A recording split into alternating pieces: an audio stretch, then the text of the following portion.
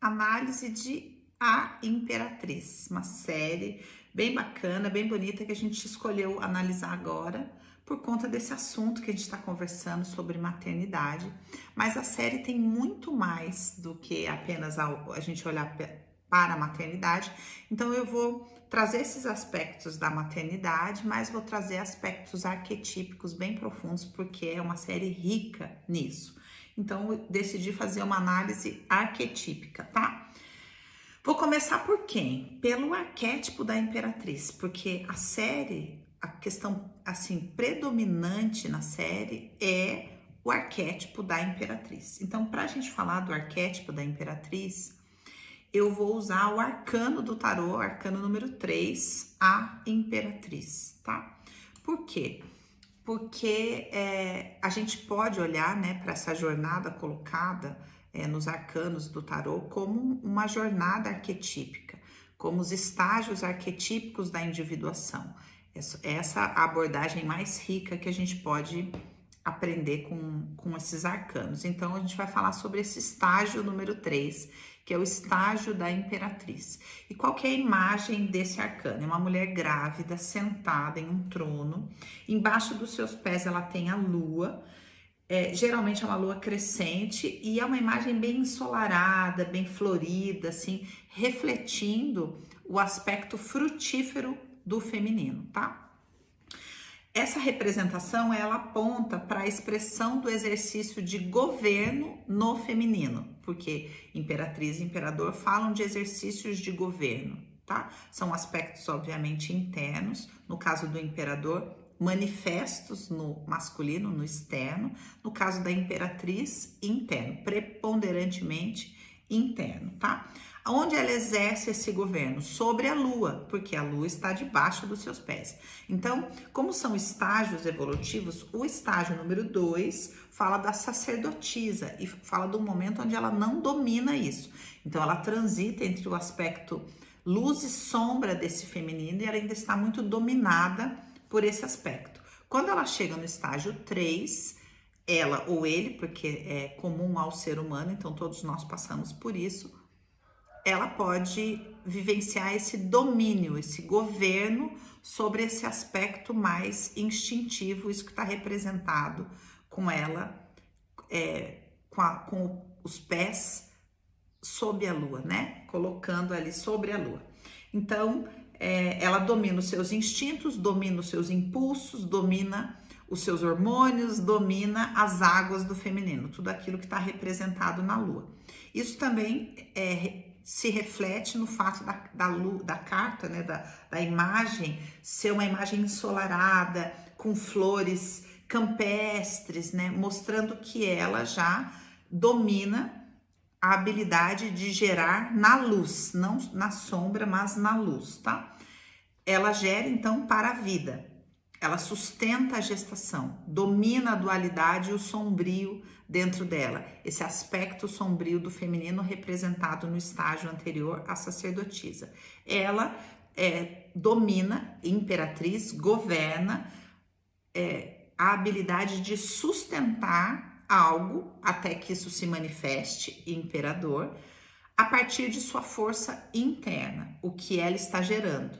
Nesse caso, pode ser uma criança, no caso do filme, da série, aponta para a criança, mas não somente para isso, a gente vai falar aqui, mas pode ser uma realidade, pode ser qualquer coisa, tá? Então, no filme, todos ambicionam pela posição da imperatriz, por esse lugar de influência que é a imperatriz, tá? Por essa posição estratégica que é a imperatriz, não o cargo da imperatriz, tá? Todos ali no filme, todos os conselheiros do imperador, a mãe, né, a rainha, todo mundo ambiciona. A corte ali é um treinamento para ser a imperatriz, tá? E ela tá completamente inapta a esse cargo, né, a essa posição estratégica. Então a série nos mostra a trajetória dela para aprender a atuar na posição estratégica da imperatriz, Quem é a imperatriz como posição estratégica? Aquela que exerce influência sobre a vontade do imperador. O imperador, arquetipicamente, representa aquele que faz com que a sua vontade aconteça, tá? É esse o poder do imperador. O que impera? A vontade dele. A gente, réis mortais, a gente tem que ir aprendendo a chegar nesse estágio arquetípico, né, de individuação, onde a gente consegue sustentar e manifestar a nossa vontade. A imperatriz é um aprendizado para isso e a série aborda lindamente isso, tá? Então, a série aborda, ela vai e volta dentro desses 3 estágios. Estágio 2, a sacerdotisa e esse aprisionamento interno, né? Dentro dos aspectos sombrios, dentro das próprias emoções, essa dualidade, essa guerra em que a nossa heroína na série está aprisionada. Então ela passa muito mais tempo no estágio que antecede a imperatriz do que propriamente sendo a imperatriz, porque a série fala do aprendizado dela para atuar dentro desse estágio de consciência que é a imperatriz. Então ela transita entre, a série fala desse trânsito, né, entre estágio 2, estágio 3 e estágio 4 da individuação, que seriam esses representados nesses arcanos, a sacerdotisa, a imperatriz e o imperador. E esses personagens, né, esses arquétipos estão bem manifestos na série, então é bem legal, tá? Aí juntar isso agora com a maternidade. A maternidade é uma escola dos aprendizados desse estágio de individuação, a imperatriz. Então vamos entender isso manifesto no filme a partir dessa costura desses 2 olhares, desse estado arquetípico, né, estágio arquetípico e da maternidade. Então, quem é a nossa heroína, Elizabeth? Ela é a filha mais velha de uma mãe com traços fortes narcisistas, fixadas num modelo narcísico que é fixada na realização. Ou seja, que estágio é esse?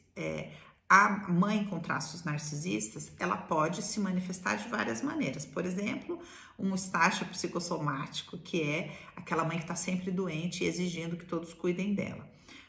Essa mãe fixada na realização é uma mãe que dedica toda a sua energia, a mãe da Miss, sabe? Dedica toda a sua energia a fazer com que os filhos atinjam uma determinada realização. Ser médico, ser o chefe do escritório, casar com uma pessoa importante ou, no caso, ser a imperatriz. Então, ela preparou a filha dourada, que é a filha mais jovem, com quem ela está identificada, completamente projetada nessa filha, para se casar com o imperador. E com isso ela rejeitava a nossa heroína, a filha mais velha, sendo inclusive cruel com as escolhas de marido para ela, porque a mãe narcisista tem isso, de maneira inconsciente, porque como tudo diz respeito a ela rejeita uma porção dela. Então ela queria punir a filha, né? Porque ela tinha raiva do homem com quem ela se casou. Então ela queria isso para a filha.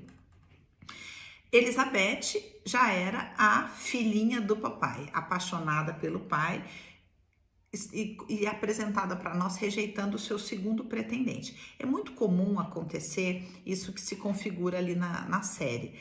Um casal que não se dá bem, cada um escolhe para si um filho. Então, a mãe escolheu a filha mais nova e o pai escolheu a filha. E assim, cada um ficou com uma filha e se separaram e as 2 filhas tentavam se manter unidas ali, né?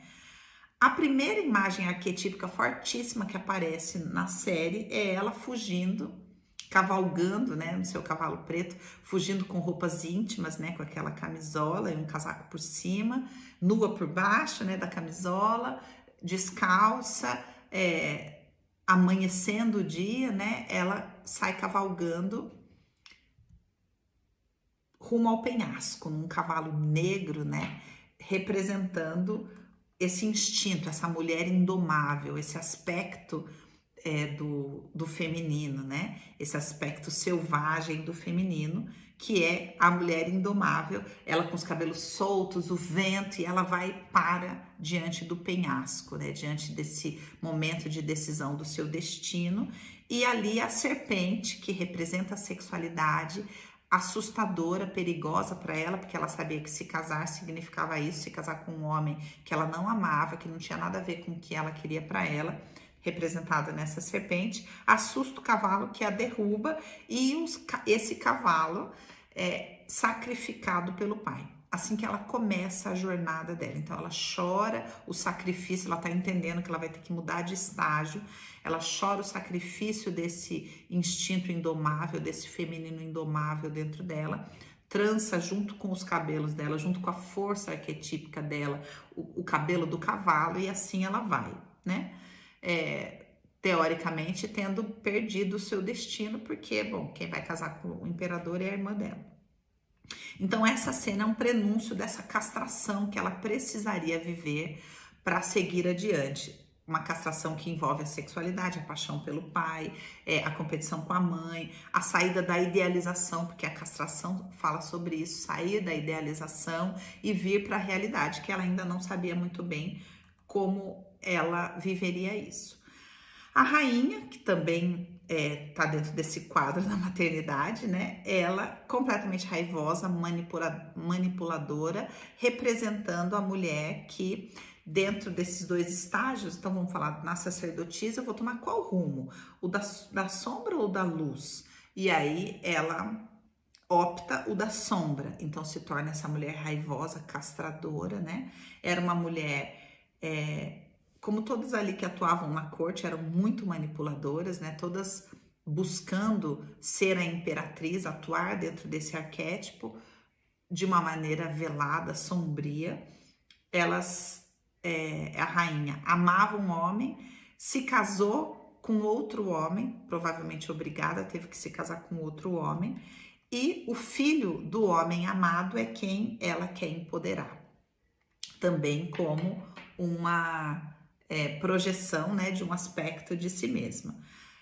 O filho do homem com quem ela se casou, do marido, né, era o traidor. O segundo filho ali era o traidor.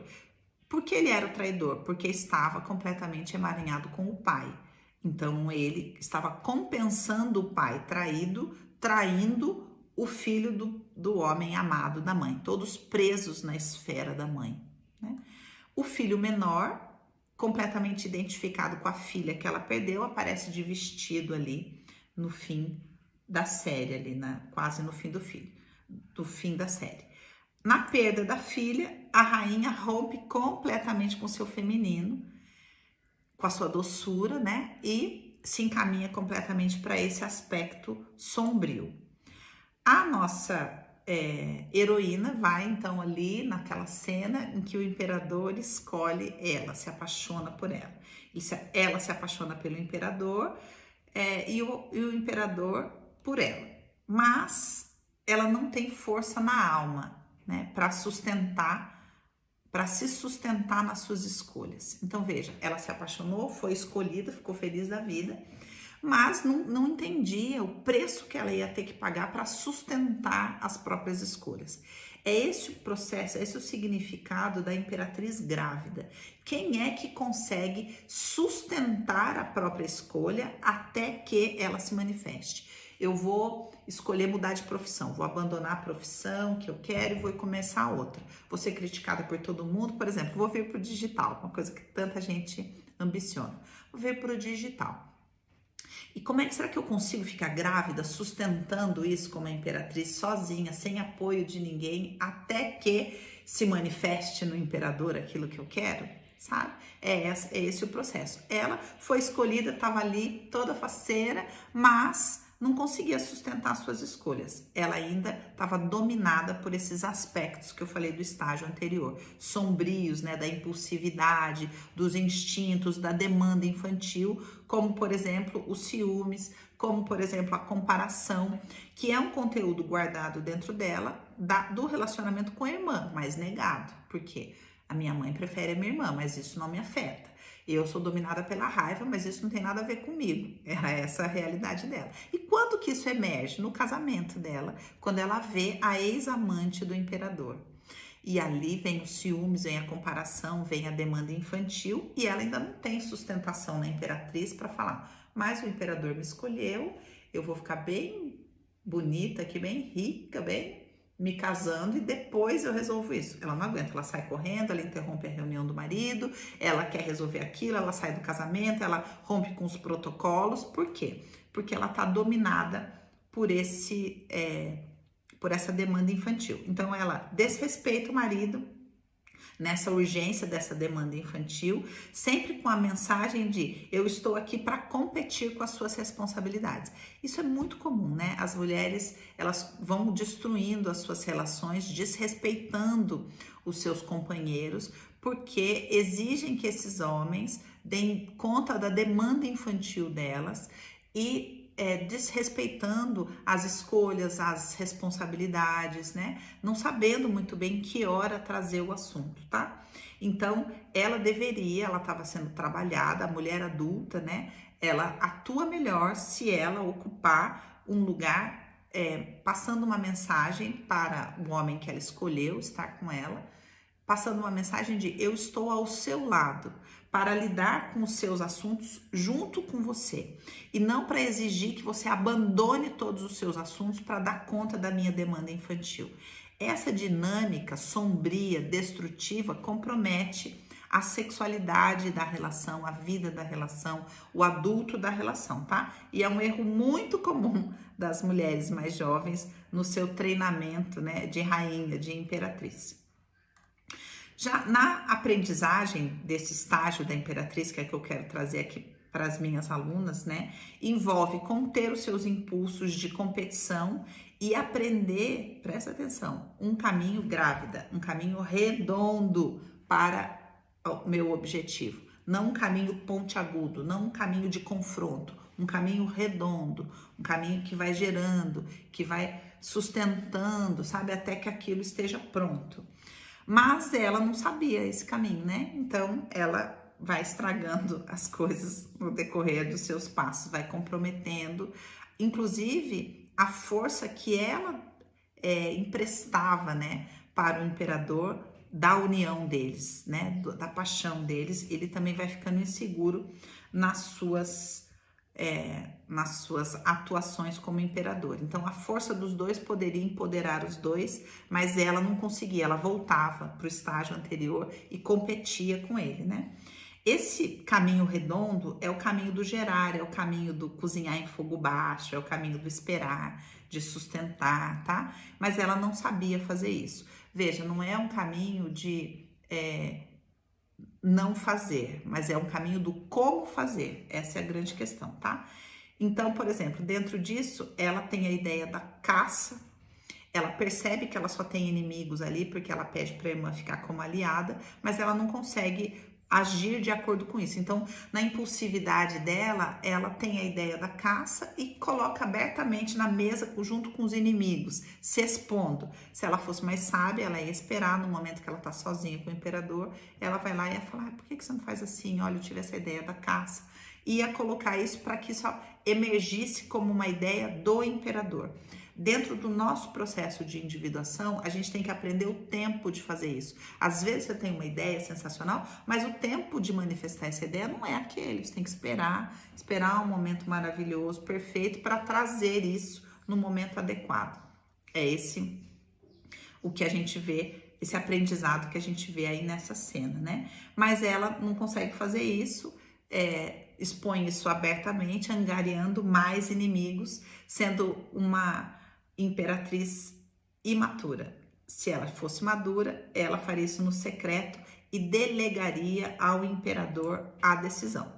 Já o imperador sempre tentando protegê-la, porque para o exercício do papel dele, ele até que tá bem, né? Ele ainda não tem muita força, porque a mãe é muito castradora, ele precisava encontrar uma mulher, né, que fizesse ele acessar a potência dele. Quando ele encontra, ele começa a estabelecer limites para essa mãe, mas ela não ajuda ele a fazer o papel dele na vida dela. Por quê? Porque ela ainda está emaranhada com as questões da mãe que ela não sabe. Então ela quer que ele haja, né, como compensação para ela. E não entende que ele está agindo de acordo com um novo modelo para a vida dela, que é pós-casamento. Então, ele quer protegê-la, ela segue se expondo, e nesse movimento de se expor, ela se expõe ao czar lá russo, né? E as investidas dele na caça, ela não deveria ter ido caçar naquele momento, né? Se expondo. Veja, eu não tô falando aqui do papel da mulher, porque senão, né, as empoderadas de plantão vão vir aqui, porque ela pode fazer o que ela quiser. Ela pode fazer o que ela quiser. Não é sobre isso que eu tô falando. Eu estou falando sobre aprender os estágios da individuação, ok? Tá bom? Aprender os estágios da individuação. Ela, no processo dela, vai lá e se expõe desnecessariamente à investida daquele homem, se expõe na caça, se expõe ao javali que vem correndo, enfim, se expõe a tudo, se expõe a todos os inimigos dela ali por causa de não ler bem a situação, tá? E com isso se expõe inclusive às questões dela, porque daí ela se vê rejeitada e aí volta a atenção para o irmão traído, que vai envolvendo ela para os interesses dele, como tantas mulheres são presas fáceis, né, dos barba azul por aí, por conta dessa demanda interna, e aí ela perde o bebê. Então ela já estava, veja, ela já estava gestante, mas acaba perdendo o bebê. Onde ela perde esse bebê? Onde ela perde a sustentação daquilo que ela está gerando, do futuro que ela está gerando? Na decepção, na contrariedade. Muitas vezes a gente vive isso e aborta os projetos, aborta os sonhos, tá? Aborta as crianças, por conta de não ter dentro do feminino essa habilidade de sustentar. O galo tá on, como vocês podem ver, né? E aí, muito bem, é muito legal a simbologia porque ela vivencia isso aonde? À noite, na porta do palácio, né?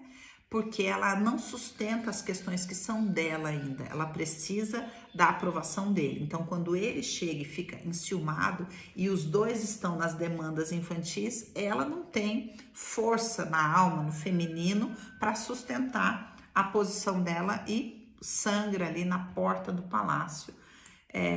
E essa cena é bem à noite, né? Aí, seguimos mais pra frente, outra cena arquetípica maravilhosa, bem simbólica, o marido novamente fazendo um movimento maravilhoso, os movimentos sadios começam nele, né? É bem bacana isso da gente ver ali. E ele traz um cavalo branco para ela.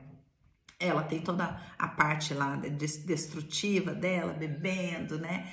Se expondo, enfim, a destruição daquilo que ela própria não se comprometia, que estava querendo construir.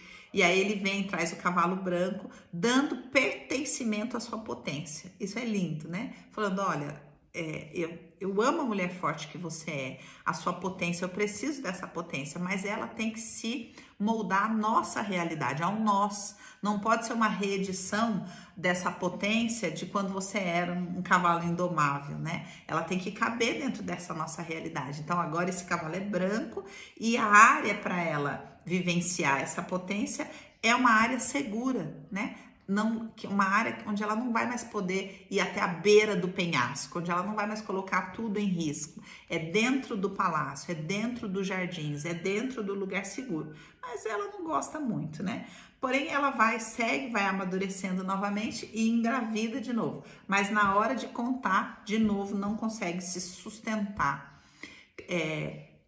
Sustentar o que ela carrega, independente dos elementos externos. Então, quantas vezes você tá ali, aí você avança, né, num projeto, uma coisa, e aí você já fala, ai, vai dar certo, mas aí vão acontecer as adversidades, né?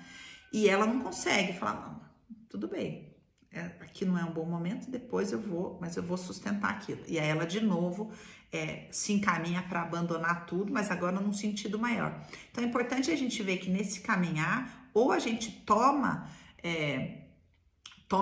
a escolha que a gente está fazendo como nós e sustenta ela, ou a força disso pode nos encaminhar cada vez mais para uma jornada sombria, né? Dentro das próprias sombras. E ela decide então agora não só abandonar a relação, mas abandonar tudo, abandona tudo. Ela estava nesse entremundos de abandonar a relação, ficando longe dele, indo para as noitadas e tudo mais, mas ali, grávida, ela corre um sério risco, né, de fazer o que tantas mulheres fazem, permanecer na relação simbiótica, agora com o bebê, e largar tudo. E ela toma esse rumo. Vai lá, pega as coisas, vai sair do palácio, mas a heroína dentro dela fala mais alto, né? Então ela ainda não consegue ser nós com ele, né? E decidir ir embora. E num movimento ousado e novamente muito perigoso, ela expõe expõe a criança, expõe o marido, expõe todas as pessoas do palácio, porque aquele povo entrasse enraivecido ali, o que não seria, né?